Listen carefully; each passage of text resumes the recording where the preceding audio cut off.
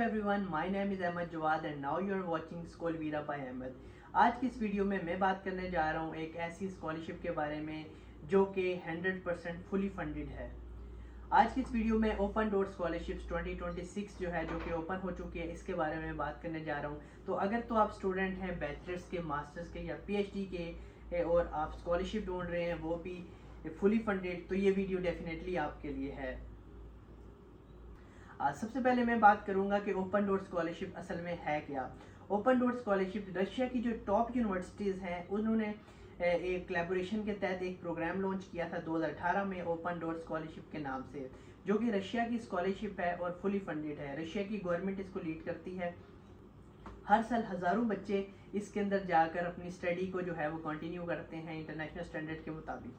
इसके काफ़ी सारे बेनिफिट्स हैं जो कि मैं बेनिफिट्स भी इस वीडियो के अंदर डिस्कस करूंगा। कौन कौन इस स्कॉलरशिप के लिए एलिजिबल है वो भी मैं इस वीडियो के अंदर डिटेल से बात करूंगा। अगर तो आप इस चैनल में नए हैं तो डेफिनेटली इस चैनल को सब्सक्राइब करें ताकि नेक्स्ट आने वाली जितनी भी वीडियोज़ हैं ओपन डोर्स के हवाले से जो भी इंफॉर्मेशन है वो आपको सबसे पहले मिल सकें। अभी मैं बात करने जा रहा हूँ benefits of open door scholarship.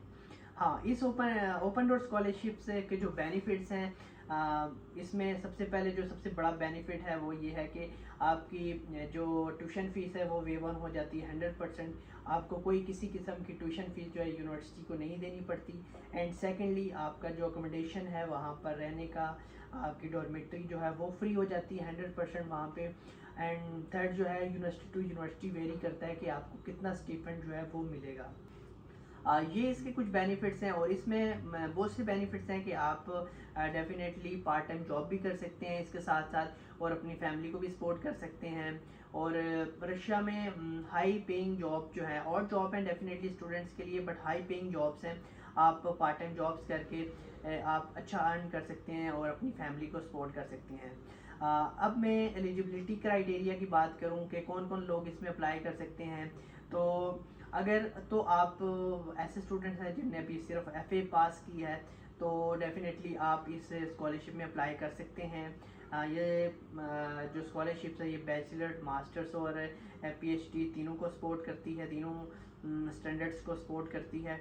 और अगर स्टूडेंट्स हैं, आपने आईसीएस किया है या एफए किया है या किसी भी तरह से सेकेंड ईयर आपने की है और आपके इवन के 60% ग्रेड्स हैं या 50% भी मार्क्स हैं तो you can apply for that और आपके चांसेस हैं कि आप इस स्कॉलरशिप को विन कर जाएं।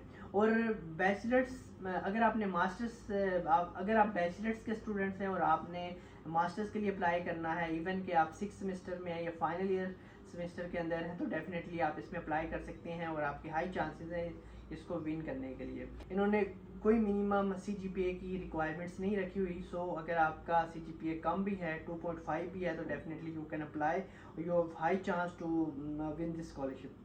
इसी तरह पीएचडी वाले स्टूडेंट्स के लिए भी सेम यही है कि अगर आप मास्टर्स के फाइनल ईयर सेमेस्टर में हैं या इवन के आप मास्टर्स कर चुके हैं और स्टडी गैप भी है 1-2 साल का, तो definitely you can apply and you have high chance to win this scholarship.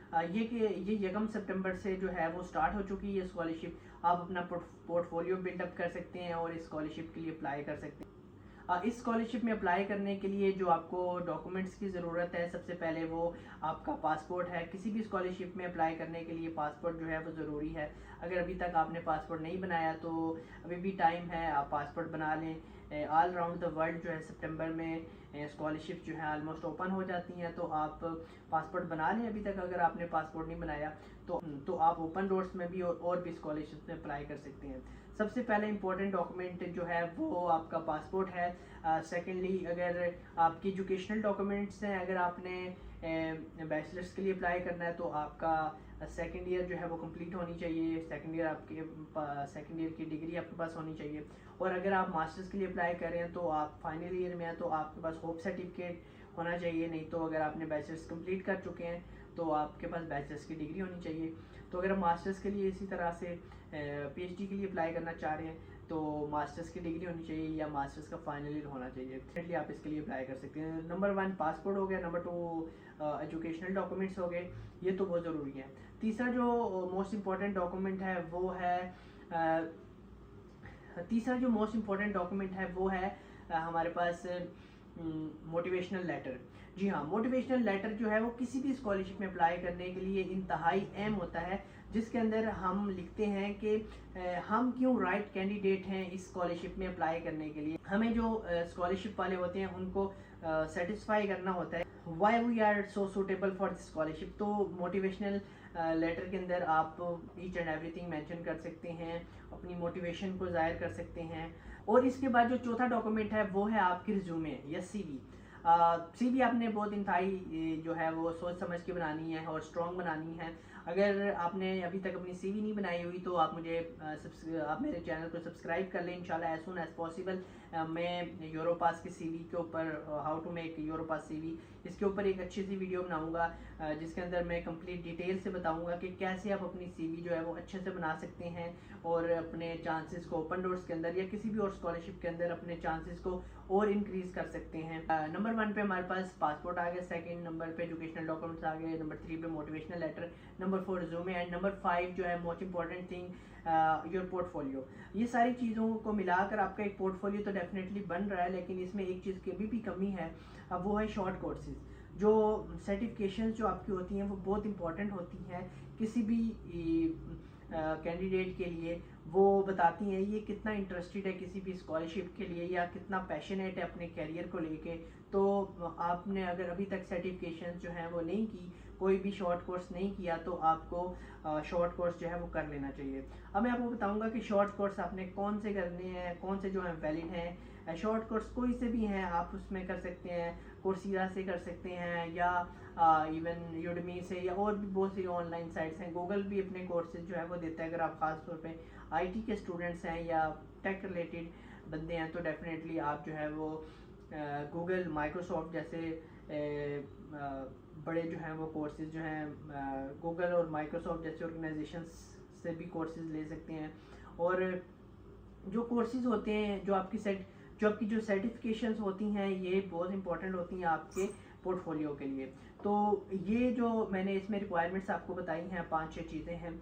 अगर आप ये अच्छे से प्रिपेयर कर लेते हैं तो डेफिनेटली जो high chance to win open door scholarship 2026। और मैं इसमें आपको कुछ चीज़ें बताऊं कि इसमें रशिया की जो टॉप यूनिवर्सिटीज़ हैं वो इसमें पार्टिसिपेट कर रही हैं। तो अगर आप इस स्कॉलरशिप को विन कर जाते हैं तो आप इन सब यूनिवर्सिटीज़ का हिस्सा बन सकते हैं, जो कि मैं साइट पे मेंशन कर देता हूँ। इसमें मोर देन 20 यूनिवर्सिटीज़ जो हैं इसमें अप्लाई कर, मोर देन 20 यूनिवर्सिटीज़ जो हैं जो कि पार्टिसिपेट कर रही हैं और आप इनके अंदर जाकर पढ़ सकते हैं।